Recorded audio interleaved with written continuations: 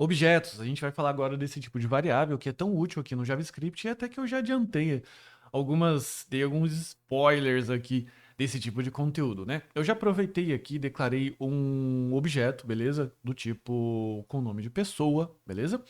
Declarei aqui as suas propriedades e aqui dentro do endereço, por exemplo, eu já até declarei propriedades dentro dele, beleza?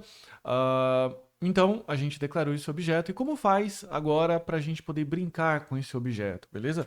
Como a gente viu, a gente pode utilizar o console.log puro, beleza? Ou seja, eu posso colocar aqui esse person aqui, beleza? Em que ele vai mostrar os valores para a gente. A gente viu que se eu colocar ele em modo de interpolação de strings, né? Ou seja, se eu colocar ele para mostrar como uma string, infelizmente ele vai mostrar object, mas a gente pode contornar essa situação colocando json.stringify, colocar aqui person, que ele vai mostrar para a gente, ok? Mas como é que faz para a gente poder acessar as propriedades desse objeto? Do tipo, eu quero saber o name dele, tá? Acessar, por exemplo, essa propriedade nome. Para acessar a propriedade é bastante simples, basta a gente colocar um ponto e o nome da propriedade que a gente quer. Nesse caso aqui, name, você vai ver que ele vai colocar ali, por exemplo, Felipe. E aqui é age, ele vai colocar 40. É válido também para interpolação de strings. Então eu posso colocar a história lá do fulano, né? O fulano. Quem que é o fulano? Papapá. Tem X anos e reside em person.address. E a gente vai colocar Felipe tem 40 anos e reside em object. Beleza? Agora você já entendeu que a parte legal dos objetos é que eu posso acessar as suas propriedades. Nesse caso aqui, como o address contém um outro objeto, assim tornando-o complexo, a gente também pode continuar acessando as propriedades. Vamos imaginar que eu quero fazer uma formatação aqui, mostrando só a cidade. Reside na cidade de person address.city. Beleza? Se a gente salvar, a gente pode ver. Felipe tem 40 anos e reside na cidade de São José dos Campos. Ainda posso colocar um pontinho aqui para ficar bem caprichosinho. Beleza? Então, perceba que a gente pode utilizar a interpolação de strings aqui, não só acessar esse objeto dentro de uma interpolação, mas eu posso acessar esse objeto da forma que eu bem entender. Legal?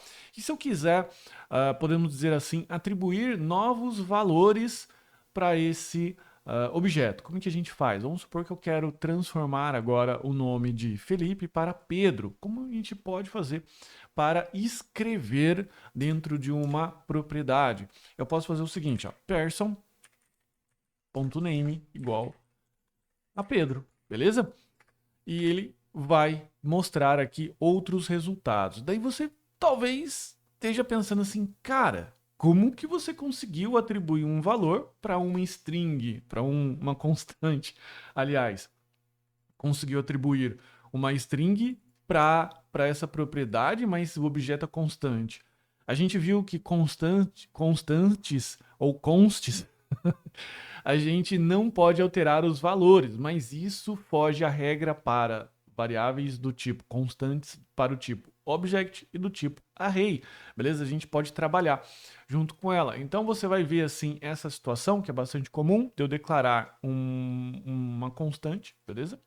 Como um objeto e manipular ela dessa forma aqui tranquilamente. Até podendo fazer isso aqui, ó. Person ponto fala alguma propriedade.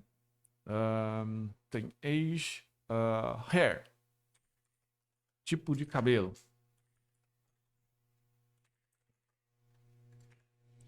Beleza? Ele deixou. A gente vai colocar aqui.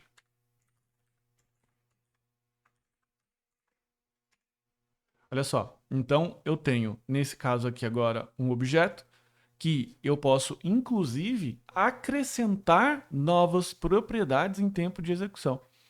Eu vou colocar aqui hair color. E ele colocou aqui, ó. Veja, address, age, hair color e name. Beleza? Então, veja que os objetos são bem flexíveis e dá uma gama de possibilidades aqui para a gente fazer.